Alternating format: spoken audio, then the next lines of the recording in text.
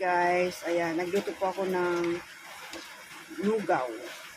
Malagkit to guys na ginamit ko. At yung mga tinanggalan ko ng laman nung isang araw guys, buto-buto. Ayan, yan yung ipinangsahog ko.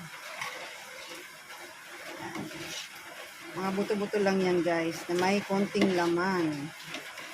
Yan lang pinangsahog ko guys, kaysa manok. Sayang kasi to. Ayan, dami din lang yung buto-buto. Ayan guys, tapos nagpakulo ako guys ng 3 eggs. Ayan, babalatan ko na guys. Tapos nag-fry ako ng garlic. Ayan. Ayan lang guys. Sarap. Diba?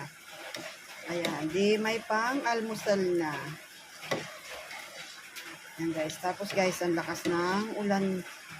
Tapos wala po kaming pasok. Ano po ng suspension yung namamahala dito na walang pasok. Pero dapat ngayon guys ay test na ng mga bata. Hanggang next week kaso wala din pasok sa Monday. At nagpapakulo ako guys ng pangligo ng asawa ko. Yes, nagamit na namin guys yung in-unbox kong gamit. Ayan. At ayan guys, andito ako sa terrace, ang lakas ng ulan.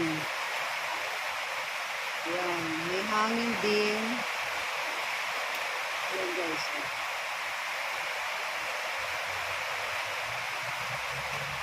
Ang lakas ng ulan.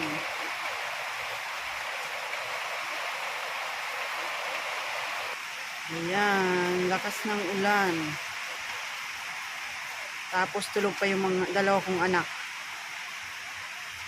Ayan guys.